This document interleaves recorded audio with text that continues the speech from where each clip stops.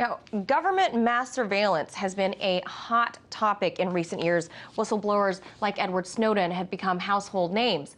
But what about those who are affected by the acts of illegal government spying?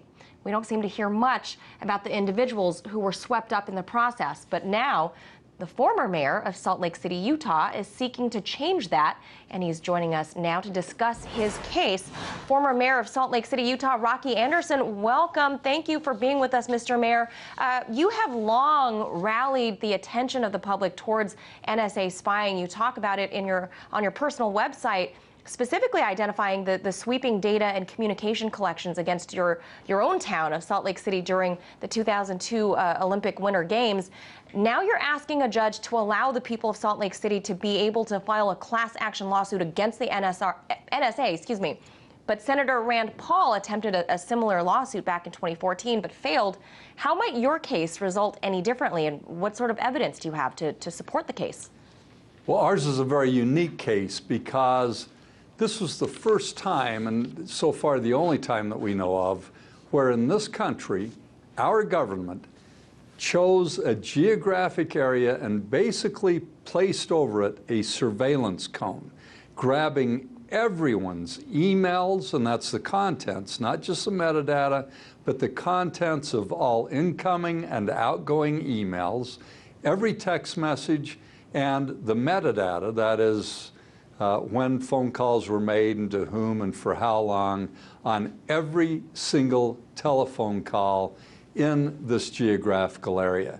So we have a particularly strong case, especially when it comes to standing, because if the surveillance was of everyone, and that's what we understand from our sources that were in the NSA and also in the Wall Street Journal report that broke this story, if it was on everyone, then anyone who was in this geographic area would have standing to challenge this program.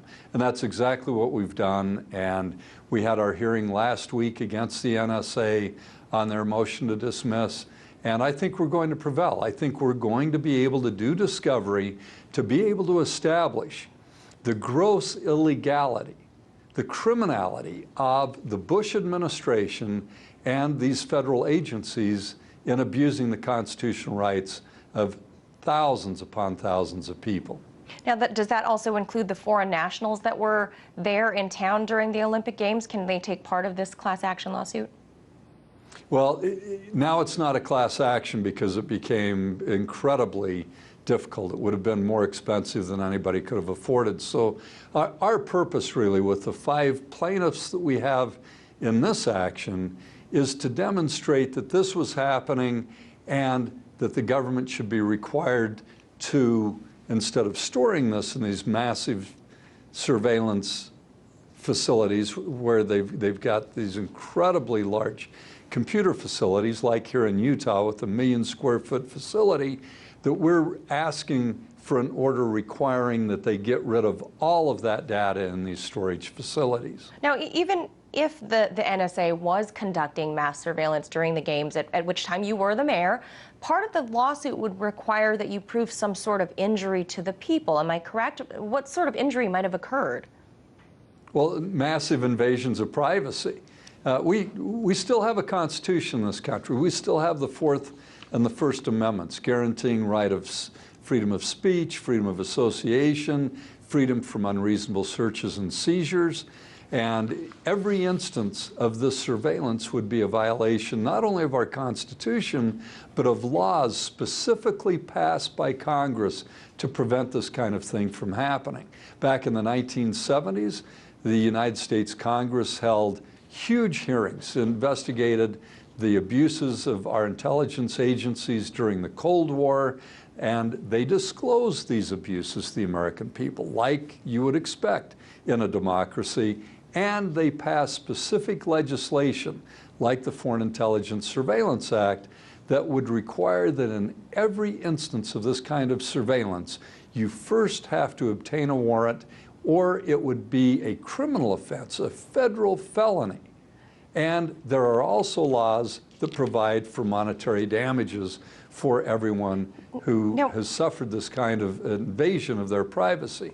And by the way, we have also filed over 190 claims against these agencies, and we'll be following up with complaints against the agencies under another procedure that's been allowed by Congress. Now, Mr. Mayor, earlier you just mentioned whistleblowers. So we haven't seen a lot of accountability from the federal government on this subject. Instead, we're seeing prosecution and the persecution of whistleblowers.